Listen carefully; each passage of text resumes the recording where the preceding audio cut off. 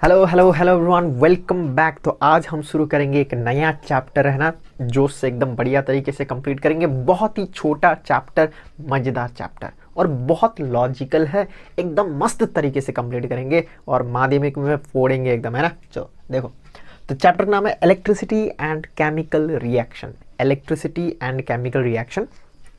Sir electricity chapter तो हमने किया हुआ है, करंट एंड इलेक्ट्रिसिटी। ये थोड़ा सा डिफरेंट है ना। देखो, बिफोर स्टार्टिंग द चैप्टर अगर थोड़ा सा बेसिक बेसिक बातें हम पहले कर ले तो मज़ा ही आ जाएगा। तो थोड़ा समझते हैं कि क्या बेसिक है इसमें, तो उसके बाद हम जाएंगे इलेक्ट्रोलाइट्स। देखो, अगर मैं डायरेक्ट इलेक्ट्रोलाइट्स डिस्कस करने लग जाऊंगा तो थोड़ा सा तुम्हें ऑड लगेगा। सर क्यों सर? क्योंकि देखो, डायरेक्ट इलेक्ट्रोलाइट्स शुरू करना एक अच्छी बात नहीं है। हमको उससे पहले थोड़ा सा कॉन्सेप्ट बिल्ड करके अगर इलेक्ट्रोलाइट्स में जाएंगे तो तुमको सुविधा होगा। समझ में आएगा? चलो शुरू करते हैं। तो सर बेसिक कॉन्सेप्ट क्या है तो समझते हैं क्या है, हमको क्या जानना है ना। इंट्रोडक्शन बोल सकते हैं या सम बेसिक कॉन्सेप्ट। सर क्या होगा बेसिक कॉन्सेप्ट बताइए। देखो, ये ज़िंदगी में ना, ये ज़िंदगी में अगर इलेक्ट्रिसिटी को फ्लो कराना है, अगर कहीं पर इलेक्ट्रिसिटी फ्लो हो रहा है तो उसका रीज़न दो हो सकता है, सिर्फ दो, ओनली टू। क्लास 10 तक इतना याद करना है। क्या याद करना है सर?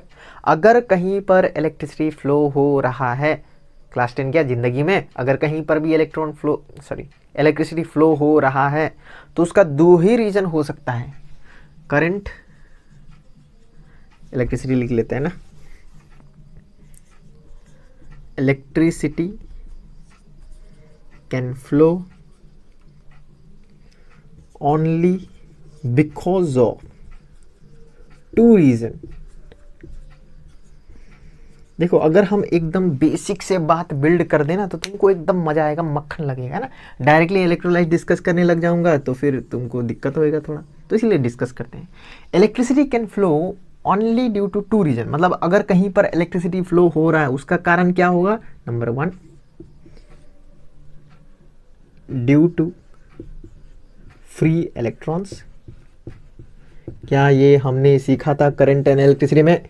मेटेलिक कंडक्टर जो भी है वहाँ पर इलेक्ट्रिसिटी, है ना, मूव करता है, करंट मूव करता है। किसका वजह से? सर जब इलेक्ट्रॉन फ्लो कर रहा हो। ओ भाई, क्या हमने सीखा था? क्या, सपोज ये मान लो मेरा कंडक्टर है, क्या conductor? Metallic conductor. Metallic conductor. तो अगर इलेक्ट्रॉन इस डायरेक्शन में फ्लो हो रहा है तो करंट किस डायरेक्शन में फ्लो होगा? Sir opposite direction. आपने सिखाया था और मजा ही आ गया था इस चैप्टर में। तो करंट इस डायरेक्शन में फ्लो होगा। क्या हमने ये सीखा था? सो यहाँ से हमको इतना तो पता चल गया है कि कहीं पर करंट फ्लो हो रहा है तो क्यों फ्लो हो रहा है भाई? सर हो सकता है उसके पास फ्री इलेक्ट्रॉन हो, इसीलिए वहाँ पर करंट फ्लो हो रहा है। या फिर दूसरा रीज़न हो सकता है, दूसरा रीज़न हो सकता है उसके पास क्या हो? Due to free ions. देखो यहाँ पर फ्री मतलब मुफ्त नहीं है, ठीक है ना भाई। ओ, फ्री मतलब मुफ्त का इलेक्ट्रॉन नहीं है। फ्री मतलब मोबाइल, मतलब मूव कर सकने वाला मोबाइल। क्या समझ में आ रहा है? मोबाइल मतलब जो हिल डुल कर सके, है ना, एकदम आराम से घूम सके, उसको बोलते हैं फ्री इलेक्ट्रॉन्स। मतलब घूमने वाला इलेक्ट्रॉन, घूम सकता है इधर उधर, तो वही इलेक्ट्रॉन इधर जाएगा तो करंट उधर जाएगा। और due to free electron, free मतलब यहाँ पर भी वो मुफ्त वाला नहीं है कि मुफ्त में मिल जाएगा, नहीं। फ्री मतलब मोबाइल, मतलब हिलडुल कर सकता है, इधर उधर घूम सकता है। क्या समझ में आ रहा है तुमको? हाँ सर। तो हमको ये चैप्टर स्टार्ट करने से पहले इतना कॉन्सेप्ट तो तुम्हारे दिमाग में होना चाहिए कि कहीं पर करंट फ्लो हो रहा है तो उसका दो ही रीज़न हो सकता है। एक हो सकता है कि उसके पास फ्री इलेक्ट्रॉन हो, या हो सकता है उसके पास क्या हो? Free ions. अब तुम पूछोगे सर आयंस क्या है? देखो, अगर तुम्हें आयंस का मतलब नहीं पता और डायरेक्टली इलेक्ट्रोलाइट डिस्कस करने लग जाए तो मज़ा ही नहीं आएगा तुमको, है ना। तुमको लगेगा सर तो क्या ही अब्बा डब्बा जब्बा बोल रहे हैं, हमको तो कुछ समझ में नहीं आ रहा है। तो डिस्कस करना चाहिए ना, अच्छी बात है। Due to free ions. Sir बता दीजिए एक बार आयंस क्या है? देखो, आयंस मतलब क्या है ना, एक बार कर लेते हैं, ठीक है। क्या तुम्हें पता है? पीरियोडिक टेबल अगर तुमने किया है तो तुमको आता होगा, लेकिन एक बार जल्दी से दिखा देता हूँ, देख लो क्या ही जाएगा, है ना। देखो, क्या तुम्हें पता है सोडियम के बारे में? हाँ सर, सोडियम तो पता है। इसका एटॉमिक नंबर कितना होता है? 20 तक तो आना चाहिए। मैंने तुमको पूरा पीरियोडिक टेबल याद करा दिया था, उसमें कोई दिक्कत वाली बात नहीं है।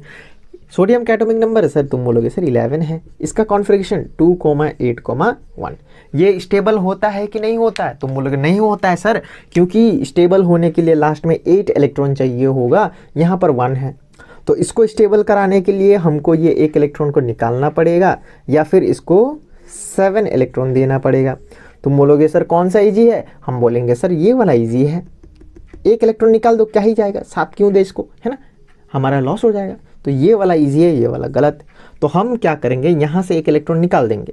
तो पहले सोडियम में नंबर ऑफ इलेक्ट्रॉन 11 था, नंबर ऑफ प्रोटॉन भी 11 था। After taking out 1 electron, number of electron becomes, ये निकल जाने के बाद 10 हो जाएगा, लेकिन नंबर ऑफ प्रोटॉन तो 11 ही रहेगा। तो कौन जीत गया? प्रोटॉन जीत गया। तो जो सोडियम होता है वो पॉजिटिव चार्ज बन जाता है, क्योंकि इसमें नंबर ऑफ प्रोटॉन ज़्यादा है। क्या तुम्हें समझ में आया? अगर तुमने पीरियोडिक टेबल मुझसे पढ़ा है तो तुमको ये सब आता होगा, है ना, तुम एक्सपर्ट हो गए हो इसमें कोई दिक्कत नहीं आना चाहिए, है ना। ठीक है, चलो आगे बढ़ते हैं। तो ये जो पॉजिटिव चार्ज आ गया है ना आयंस, देखो ये इसको क्या बोलते हैं, इसको सर इसको बोलते हैं एटम। और यहाँ पर क्या हो गया, एटम के ऊपर क्या लग गया है, एटम के ऊपर चार्ज लग गया है। तो एटम के ऊपर जब चार्ज लगता है उसी को हम बोलते हैं आयंस। तो आयंस मतलब क्या, atom carrying charge is known as ions. क्या तुम्हारे दिमाग में इतना इजी सा बात चमका कि नहीं चमका? इतना इजी और इतना इजी बात, बहुत ही इजी, क्या ही है इसमें भाई। ओ हमने ये सब पीरियोडिक टेबल में ऑलरेडी डिस्कस कर लिया, इसीलिए मैं फास्ट में गया, तुमको समझ में आ गया होगा। नहीं गया है तो भाई देख लो एक बार पीरियोडिक टेबल, ठीक है। कितना लेक्चर है, शायद 8 लेक्चर होगा, ठीक है। तो ये चैप्टर स्टार्ट करने से पहले देखो, आई वॉन्ट टू गो एकदम डीप इन द कॉन्सेप्ट, है ना, ऊपर ऊपर वाला बात मुझसे नहीं होता है। तो समझो, एकदम डीपली समझो, मजा आएगा तुमको, ठीक है।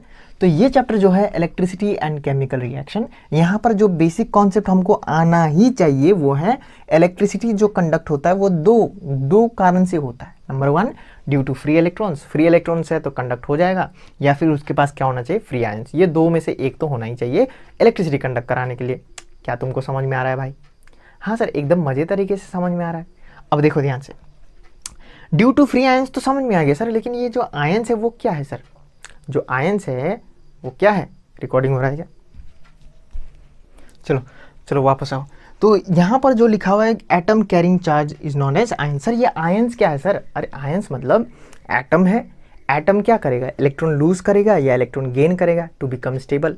और वो केस में अगर वो इलेक्ट्रॉन गेन करता है, अगर एटम को इलेक्ट्रॉन मिल जाए तो वो नेगेटिव चार्ज हो जाता है ना। या फिर एटम से हम लोग इलेक्ट्रॉन निकाल दे, चलो वापस एकदम डिटेल में डिस्कस करेंगे इसको, ठीक है, कोई दिक्कत वाली बात नहीं, इतना तो तुमको समझ में आ गया होगा ना। छोड़ो आगे बढ़ते हैं। देखो अभी के लिए इतना समझो तुम, अगर मेरे पास एटम है, ठीक है, ये एटम है, अगर एटम को मैंने 1 इलेक्ट्रॉन दे दिया तो क्या होएगा, एटम के ऊपर क्या आ जाएगा, नेगेटिव चार्ज। क्या इतना तुमको समझ में आया? जब तुम पीरियोडिक टेबल करोगे ना तो डिटेल में समझ में आ जाएगा, ठीक है। देखो अगर एटम है, कोई एटम हो, अगर वहाँ से मैं 1 इलेक्ट्रॉन निकाल दूँ तो इलेक्ट्रॉन का कमी हो जाएगा एटम में, तो एटम जो होगा उसमें पॉजिटिव चार्ज आ जाएगा, ठीक है, समझ में आया। तो हमको यहाँ पर क्या समझ में आ रहा है कि जो आयंस होता है वो 2 टाइप्स का होता है, एक होता है पॉजिटिव आयन, एक होता है नेगेटिव आयंस। क्या तुम्हें समझ में आ रहा है? हाँ सर। और जो ये पॉजिटिव आयंस है उसको बोलते हैं केटायन, और जो नेगेटिव आयंस है उसको बोलते हैं एनायन। ये थोड़ा सा तुमको याद करना पड़ेगा, थोड़ा सा तुमको दिक्कत होगा यहाँ पर, क्योंकि थोड़ा सा कंफ्यूजन यहाँ पर जेनरेट हो सकता है। केटायन यहाँ लिख दो, एनायन यहाँ लिख दो, ये सब हो सकता है, तो तुम्हें थोड़ा सा ध्यान देना पड़ेगा, ठीक है। ऐसे करके याद करो, जब हम पॉजिटिव लिखते हैं तो यहाँ प्लस बन जाता है ना, प्लस बनता है, और ये दिखता है कैसा, टी जैसा, और कहाँ पर टी है, कैटायन में, देखो CATION कैटायन, तो कैटायन पॉजिटिव होता है और एनायन नेगेटिव। ऐसे करके याद करो, मैं तो वैसे ही करके याद करता हूँ कि जब मैं पॉजिटिव लिखता हूँ तो यहाँ पर टी बन जाता है, तो कैटायन होता है पॉजिटिव और एनायन होता है नेगेटिव, क्योंकि हम भी कंफ्यूज हो जाते हैं कभी कभी, है ना, इंसान है, हमको लगता है कैटायन नेगेटिव होगा, ऐसा कुछ होगा, तो हमने एक टेक्निक बना दिया, पॉजिटिव लिखते हैं, यहाँ पॉजिटिव है, कैटायन होगा। समझ में आया? ठीक है, तो फिर से वापस थोड़ा सा डिस्कस करते हैं। सर क्या डिस्कस करेंगे कि अब तक अरे कहाँ उलझ गया रे भाई। ठीक है, अब तक हमने क्या सीखा, अब तक हमको क्या आना चाहिए, हमने ये सीखा कि ये चैप्टर पढ़ने से पहले हमको थोड़ा सा कुछ बातें हैं जो हमको आना चाहिए। वो क्या है? इलेक्ट्रिसिटी कंडक्ट होने के लिए दो चीज़ होना कंपलसरी है, दो चीज़ होना मतलब दोनों में से कोई एक होना कंपलसरी है। उसके पास फ्री इलेक्ट्रॉन होना चाहिए या फिर उसके पास फ्री आयंस होना चाहिए। क्या तुम्हें इतना समझ में आया? और फिर हमने डिस्कस किया कि आयंस मतलब क्या है। आयंस मतलब है कोई भी एटम जिसके पास क्या हो, चार्ज हो, कोई भी एटम जिसके पास चार्ज हो। और चार्ज दो टाइप का हो सकता है, एक होता है नेगेटिव चार्ज, एक होता है नेगेटिव चार्ज और दूसरा होता है पॉजिटिव चार्ज। क्या तुम्हें समझ में आया? हाँ सर। और पॉजिटिव को बोलते हैं कैटायन और नेगेटिव आयंस को बोलते हैं एनायन। क्या इतना तुम्हारा दिमाग में बैठ गया है कि नहीं बैठ गया?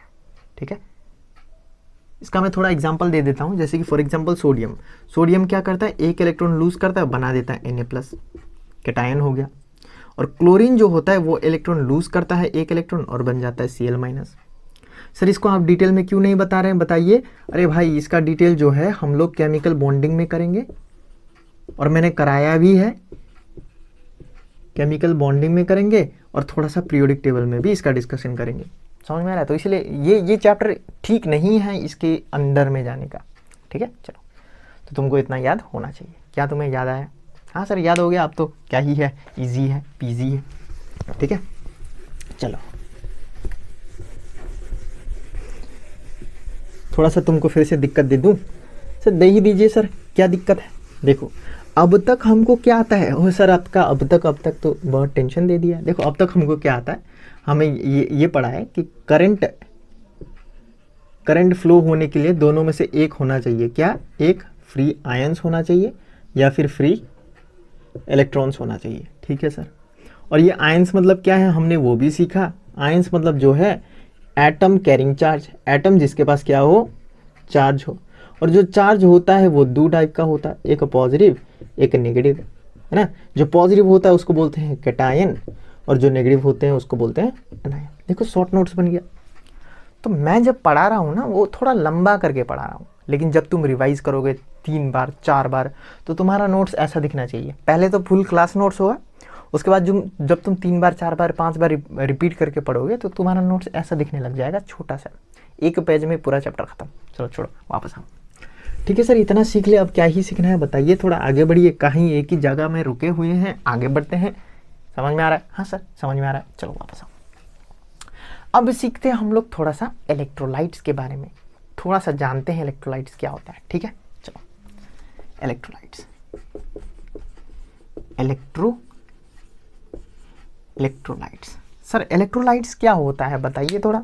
देखो इलेक्ट्रोलाइट जो होता है वो होता है केमिकल। देखो मैं डायरेक्टली डेफिनेशन नहीं लिखने वाला, मैं पहले कॉन्सेप्ट बताऊंगा उसके बाद डेफिनेशन बताऊंगा। ठीक है, इलेक्ट्रोलाइट जो होता है वो होता है केमिकल। क्या होता है सर? सर एक केमिकल होता है। ठीक है, और एक ऐसा केमिकल जो क्या करे, जो डिसोसिएट हो या फिर आयोनाइज हो, डिसोसिएट हो या फिर आयोनाइज हो। सर कब डिसोसिएट हो या आयोनाइज हो? व्हेन इन एक्वस सॉल्यूशन और मोल्टेन स्टेट,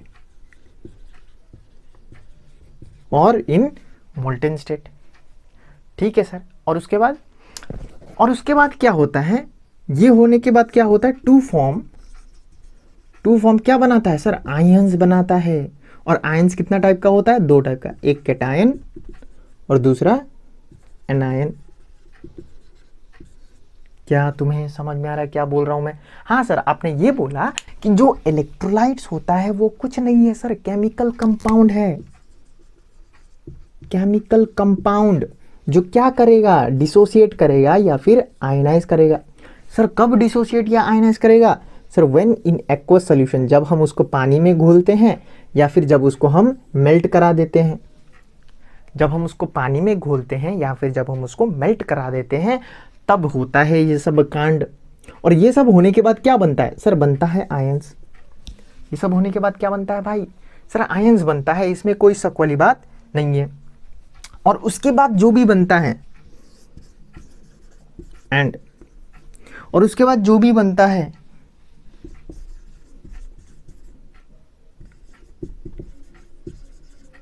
उसके बाद जो भी बनता है उसके पास एक एबिलिटी आ जाता है। क्या ability sir? To conduct electricity. Sir ये एबिलिटी कहाँ से आया सर? क्योंकि उसके पास अब आयंस है। समझ में आया क्या? ओ भाई ओ, हाँ सर समझ में आया। सर आप ये कहना चाहते हैं कि इलेक्ट्रोलाइट्स मतलब एक ऐसा केमिकल कंपाउंड, और ओ भाई सुनो ना भाई, इलेक्ट्रोलाइट्स मतलब एक ऐसा केमिकल कंपाउंड है, एक ऐसा चीज़ है जो क्या होता है, डिसोसिएट होता है या फिर आयनाइज होता है, मतलब टूट जाता है, मतलब ऐसा केमिकल कंपाउंड जो टूट जाता है। कब? जब हम उसको पानी में घोलते हैं या फिर उसको मेल्ट करा देते हैं हीट देके, है ना। और वो होने के बाद क्या बनता है सर? आयंस बनता है सर, आयंस। और जब आयंस होता है तो जो सोल्यूशन है वो क्या करता है? एबिलिटी हो जाता है, उसके पास एबिलिटी आ जाता है कि वो करंट को कंडक्ट कर सके। और किस टाइप का करंट को कंडक्ट करता है? डीसी करंट को। क्या तुम्हें इतना समझ में आया इलेक्ट्रोलाइट्स के बारे में? तो इसी को हम डेफिनेशन बना के चिपका देंगे, अपना इलेक्ट्रोलाइट्स बन जाएगा। क्या तुम्हें समझ में आया? हाँ सर हमको ये समझ में आया सर, एक बार फिर से बोलते हैं ताकि मज़ा आए ज़िंदगी में। इलेक्ट्रोलाइट्स मतलब एक ऐसा केमिकल कंपाउंड जो टूट जाता है। सर फिर से एक बार करिए। एक ऐसा केमिकल कंपाउंड जो टूट जाता है। कब? जब हम उसको पानी में डालते हैं या फिर जब हम उसको मेल्ट करा देते हैं। और टूटने के बाद क्या बनता है सर? टूटने के बाद बनता है आयंस।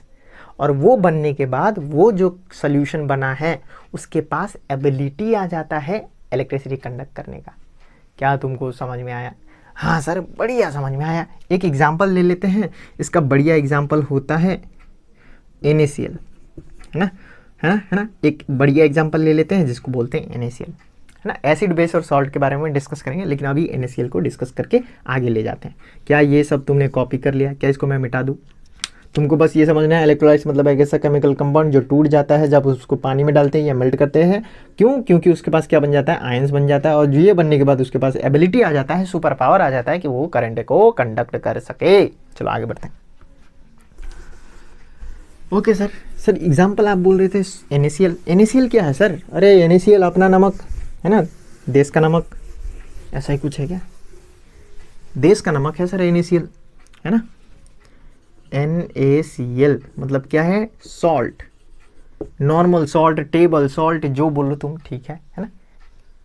ठीक है सर, ठीक है, सॉल्ट है सर, सॉल्ट। और मैंने क्या बोला था तुमको? इसको अगर हम पानी में मिलाएंगे मतलब एक्वस सोल्यूशन, तो क्या होगा सर? ये पानी है, जल ही जीवन है सर। और इस जल ही जीवन में हम थोड़ा सा नमकीन क्या लगा देंगे सर? सॉल्ट लगा देंगे, यहाँ से NaCl लगा देंगे। और जैसे ही NaCl अंदर जाएगा, NaCl बोलेगा ओहो भाई मज़ा ही आ जा रहा है, मैं तो टूट जा रहा हूँ, एकदम ब्रेकअप हो जा रहा है हम लोग का। तो यहाँ ब्रेकअप हो जाता है Na प्लस Cl में। क्यों? पानी आ गया है बीच में, है ना। बीच में पानी आ गया तो बेचारा चौपट हो गया इसका प्लान।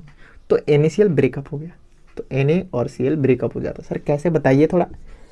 NaCl, Na प्लस बन जाता है और जो Cl है वो Cl माइनस, ऐसे करके टूट जाता है, बस ये समझो, ठीक है।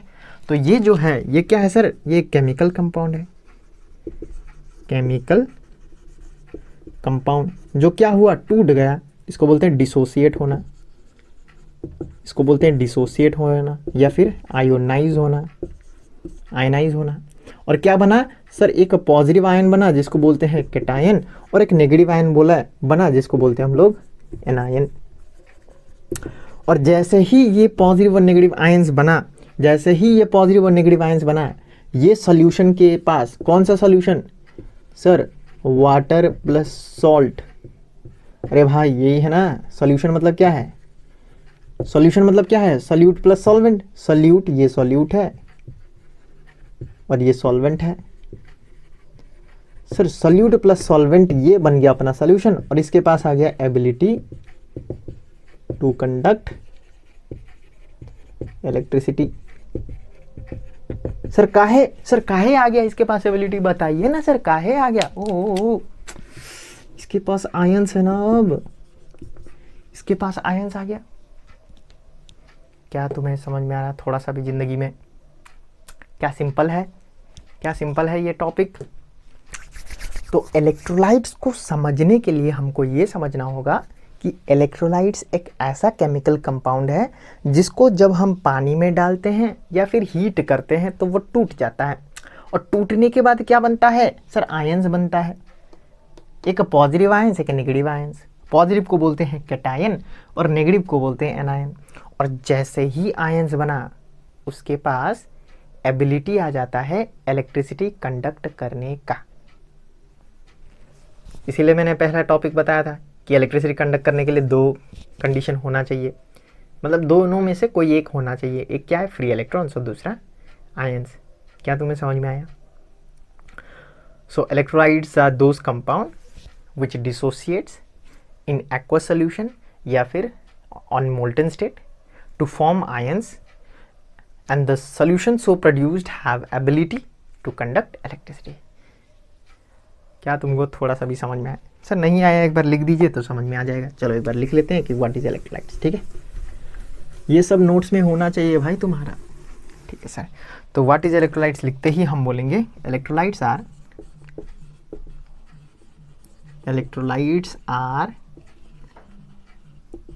Chemical compound which dissociate or ionize in aqueous solution or in molten state to produce ions. और आयंस कितना टाइप का होता है, कैटायन एंड एनायन। क्या तुम्हें समझ में आया। And the solution so produce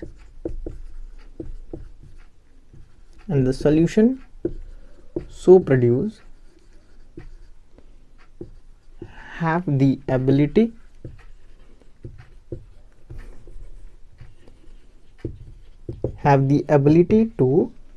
ability to conduct electricity। लेकिन किस टाइप का एबिलिटी होगा, डीसी करंट का ही एबिलिटी होगा। क्या तुम्हें समझ में आया।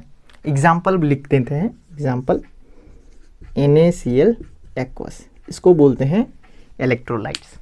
क्या बोलते हैं भाई, सर इलेक्ट्रोलाइट्स बोलते हैं। एक बार फिर से बता देता हूँ। पहले लेंगे नमक, अपना नमक, देश का नमक, उसमें डालेंगे वाटर, है ना, ये हो गया वाटर।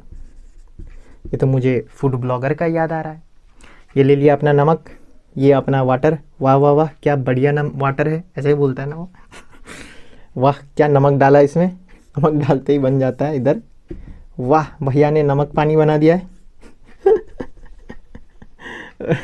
फूड ब्लॉगर लोग आके मेरे कमेंट में मारेंगे अब। ए भाई क्या ही बोल रहा है भाई, बेइज्जती कर रहा तू। सॉल्ट वाटर, वाह भैया ने क्या सॉल्ट वाटर बनाया है। अब ये सॉल्ट वाटर के अंदर बहुत सारा आयंस है ना भैया, बड़ी आयंस है। वाह वाह वाह, आयंस जो क्या है, फ्री है। और जब ये फ्री होगा मतलब मूव कर पाएगा यहाँ पर, तो इसके पास अब क्या होगा, एबिलिटी टू कंडक्ट इलेक्ट्रिसिटी, वो भी डीसी टाइप का। क्या तुम्हें समझ में आया इतना, है ना। देखो भैया ने क्या किया, सॉल्ट को वाटर में डाल दिया है और भैया ने बढ़िया सॉल्ट वाटर बना दिया। वाह वाह भैया क्या ही है। और अंदर में क्या प्यारा आयंस दिख रहा है भाई, भैया भैया, है ना, फूड ब्लॉगर ऐसे बोलते हैं। क्या फ्री आयंस है एकदम बढ़िया सा सर। और जो फ्री आयंस है वो क्या करता है सर, कंडक्ट कर देता है इलेक्ट्रिसिटी को, है ना। ठीक है, तो यही है भाई इलेक्ट्रोलाइट्स। और दूसरा सब्सटेंस क्या होता है, नॉन इलेक्ट्रोलाइट्स। नॉन इलेक्ट्रोलाइट्स मतलब एक ऐसा कंपाउंड जो डिसोसिएट ना हो एक्वस सोल्यूशन में and does not have ability to conduct electricity. ठीक है, उसको भी डिस्कस कर लेते हैं, लेकिन वो डिस्कस करने से पहले मैं थोड़ा सा एक और चीज़ डिस्कस करना चाहता हूँ तुम्हारे साथ। इसको मिटा दे क्या? ठीक है, फूड ब्लॉगर का कहानी खत्म हो गया। चलो वापस आओ। सर आप क्या डिस्कस करना चाहते हैं? देखो मैंने क्या बोला था कि इलेक्ट्रिसिटी को कंडक्ट कराने के लिए दो में से कोई एक कंडीशन होना चाहिए। आइदर उसके पास क्या होना चाहिए, फ्री इलेक्ट्रॉन्स, या फिर उसके पास क्या होना चाहिए, फ्री आयंस। और हमने करंट एंड इलेक्ट्रिसिटी चैप्टर में पढ़ा हुआ है कि फ्री इलेक्ट्रॉन किसके पास होता है, मेटेलिक कंडक्टर के पास। क्या तुम्हें याद है? हाँ सर, मेटेलिक कंडक्टर। और फ्री आयंस किसके पास होता है, ये याद करना, ये चैप्टर इलेक्ट्रोलाइट्स के पास। क्या तुम्हें समझ में आया? तो अगर मैं तुमसे कहूँ, ओ भाई सुनो भाई, ओ अगर मैं तुमसे कहूँ कि जो मेटेलिक कंडक्टर है वो इलेक्ट्रिसिटी कंडक्ट करता है, काहे, तो वहाँ पर मत लिखना कि फ्री आयंस की वजह से, पाप लगेगा तुमको बड़का वाला। मेटेलिक कंडक्टर इलेक्ट्रिसिटी कंडक्ट करता है ड्यू टू फ्री इलेक्ट्रॉन्स। अरे भाई, ओ भाई मेरे साथ रिपीट करो। जो मेटेलिक कंडक्टर है वो इलेक्ट्रिसिटी कंडक्ट करता है ड्यू टू फ्री इलेक्ट्रॉन्स, लेकिन जो इलेक्ट्रोलाइट्स है मतलब ऐसा कंपाउंड जो ब्रेकअप हो जाए पानी में डालते ही या फिर हीट करते ही ब्रेकअप हो जाए, तो वो जिस टाइप का कंपाउंड है electrolytes, they conduct electricity with the help of free ions. क्या तुम्हें इतना याद हो जाएगा क्या जिंदगी में? बताओ भाई, याद हो जाएगा क्या? सर क्या याद करना है? इलेक्ट्रिसिटी जो है, ओ भाई इलेक्ट्रिसिटी जो है वो कंडक्ट होता है दो में से एक रीजन के बाद। एक रीजन ये हो सकता है कि उसके पास फ्री इलेक्ट्रॉन है, और दूसरा रीजन ये हो सकता है कि उसके पास फ्री आयंस है। और जो मेटेलिक कंडक्टर है वो इसके वजह से इलेक्ट्रिसिटी कंडक्ट करता है, जो इलेक्ट्रोलाइट्स है वो इसके वजह से इलेक्ट्रिसिटी कंडक्ट करता है। क्या इतना समझ में आ गया तुमको? हाँ सर समझ में आ गया, क्या ही है। ठीक है, यहाँ पर एक और कॉन्सेप्ट का डिस्कस कर लेते हैं जो माध्यमिक एग्जामिनेशन और स्कूल के एग्जामिनेशन में बहुत पूछा जाता है, और अगर तुम्हारे एग्जाम है तो ये क्वेश्चन तो आएगा ही आएगा, मुझे 90% तो श्योर है। सर क्या? सर कौन सा बताइए, थोड़ा कुंजी बताइए, मज़ा ही आ जाएगा। यही कि जो आयनिक कंपाउंड होता है, आयनिक कंपाउंड मतलब क्या है, जो आयन से बना हो। Ionic compound conduct electricity.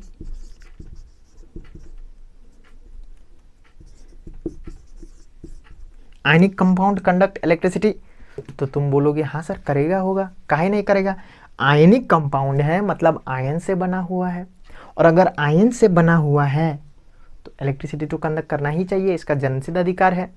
लेकिन मेरा आंसर होगा भाई सुनो, जो आयनिक कंपाउंड होता है ना वो सॉलिड होता है, सॉलिड। तो अगर आयनिक कंपाउंड सॉलिड स्टेट में है तो वो इलेक्ट्रिसिटी कंडक्ट नहीं करेगा। स्पेलिंग समझ जाना भाई तुम, ठीक है। सर क्या बोले आपने?